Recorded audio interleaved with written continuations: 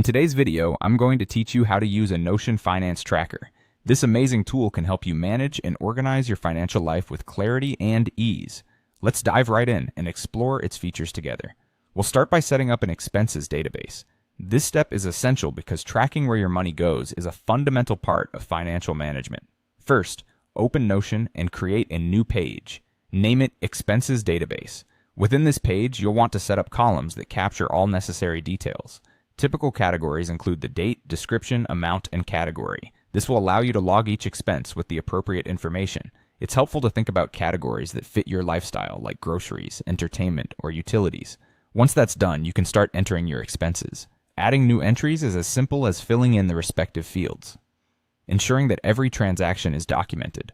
Consider updating this daily or weekly to maintain accuracy.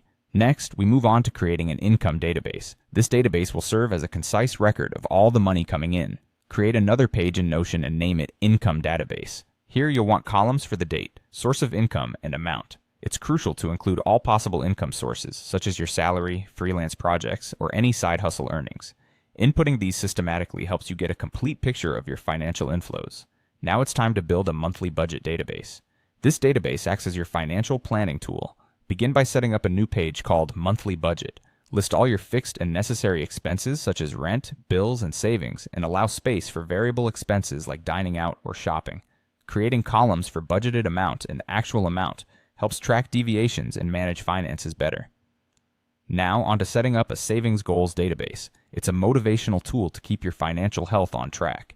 Create a page called Savings Goals Database.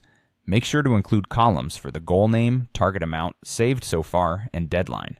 By consistently logging your progress, you'll be able to watch your savings grow and stay focused on your objectives. Finally, let's build a finance dashboard. This dashboard serves as a central view of your financial life. Return to your main Notion workspace and create a page called Finance Dashboard. Here you'll add linked databases to showcase overviews of your expenses, income, budget, and savings. You can adjust the filters to display the most relevant and recent data.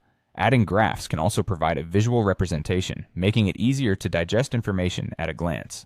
That's it for today's video on setting up a Notion Finance Tracker.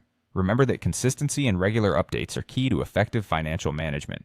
I hope you find this tool as beneficial as I do and walk away with a better handle on your finances.